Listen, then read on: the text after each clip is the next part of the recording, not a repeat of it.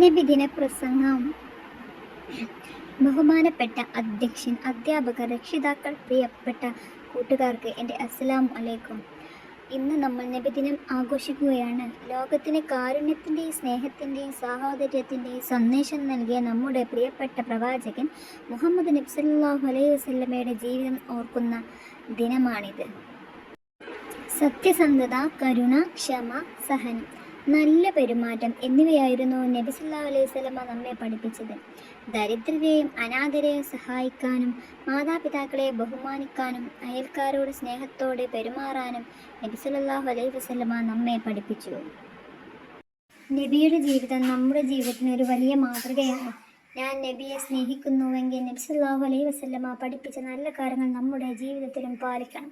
സ്നേഹിക്കാം, സഹായിക്കാം, നന്മ ചെയ്യാം, നബിയുടെ സന്ദേശം ജീവിതത്തിൽ പകർത്താം. എൻ്റെ വാക്കുകൾ അവസാനിപ്പിക്കുന്നു. നന്ദി. അസ്സലാമു അലൈക്കും.